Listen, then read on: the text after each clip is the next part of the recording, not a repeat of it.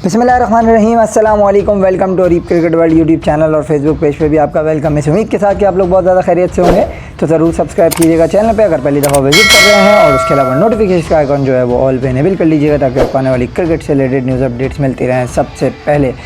तो पाकिस्तान का स्क्वाड जो कि एशिया कप 2023 और उसके अलावा अफ़गानिस्तान के ख़िलाफ़ 3 ODIs के लिए आज अनाउंस किया new chief selector Inzamam ul Haq ने, और उनके साथ जो सिलेक्शन कमेटी के मेंबर्स थे ग्रैंड ब्रैडबर्न, मिकी आर्थर और टीम मैनेजर जो हैं वो हसन चीमा जो है वो उनके साथ थे, और बाबर आजम का भी इसमें इनपुट शामिल था। जो स्क्वाड जो है वो आपने अपनी स्क्रीन के ऊपर देखा होगा, आपको नज़र आ रहा होगा।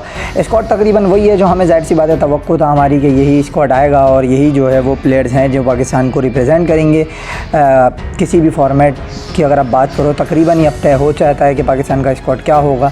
एक आधा दो प्लेयर ऐसे होते हैं जिन पर हमें डाउट्स हमेशा से रहते हैं, और वो आज भी हुए सिलेक्शन के बाद डाउट्स पैदा, तो वो आपके सामने मैं रख देता हूँ। स्क्वाड जो है वो आपने देखा होगा, मैं एक एक करके क्या बताऊँ। सब प्लेयर्स को ही आप जानते हैं, इमाम, फ़खर, बाबर, रिजवान, हारिस, शादाब, नवाज़, शाहीन, नसीम, ये सारे प्लेयर्स वो हैं, हारिस रऊफ़, जो आप मतलब किसी को भी नाम बताने की ज़रूरत नहीं है। इसमें इफ्तिखार अहमद जो है वो सिर्फ अफ़गानिस्तान सीरीज़ के लिए हैं, और उसके अलावा जो है सऊद शकील भी सिर्फ अफ़गानिस्तान सीरीज़ के लिए ODIs के लिए हैं, एशिया कप के लिए उनको शामिल नहीं किया गया। दूसरी तरफ अगर आप न्यू इंक्लूजन्स की बात करते हैं, तो जहाँ पे थोड़ा सा डाउट जो पैदा हुआ है वो यहाँ हुआ है कि फ़हीम अशरफ जो है वो आउट ऑफ द बॉक्स आ गए हैं, सिलेक्शन का हिस्सा बन गए हैं, जो मेरी बिल्कुल नहीं समझ में आया कि ऐसा क्यों हुआ है और इसका क्या लॉजिक है उनको सेलेक्ट करने का टीम में। ये अब तक कम से कम मेरे जैसा बंदा जो है वो नहीं समझ पाया है। दूसरी तरफ इमाद वसीम जो है उनको सेलेक्ट नहीं किया गया, उनको ड्रॉप करने की भी कोई वजह पता नहीं चली थी, और उसके अलावा सेलेक्ट करने की अब जो है वो फ़हीम अशरफ को जो वजह है वो भी नहीं समझ आई मेरे के क्या होगी। और जहाँ तक मुझे याद है 2021 में लास्ट टाइम फ़हीम अशरफ ने अपना लास्ट ODI खेला था। तो अब इस सिचुएशन में जो एक आधा दो प्लेसेस होती हैं जिनके ऊपर हमें डाउट्स होते हैं, और वहीं पे ही आके जो है ये हो गया।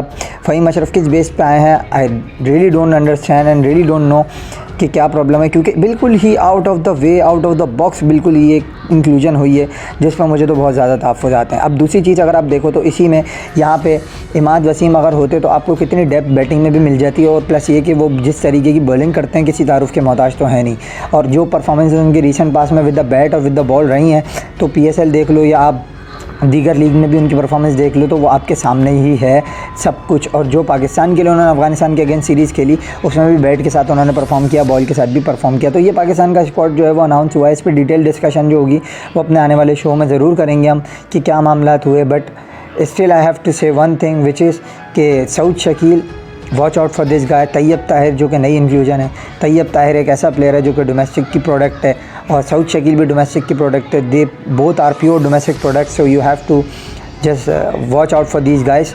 They both are fantastic talent, no doubt about that, और इनके ऊपर ही हमें नज़र रखनी है कि ये क्या करते हैं।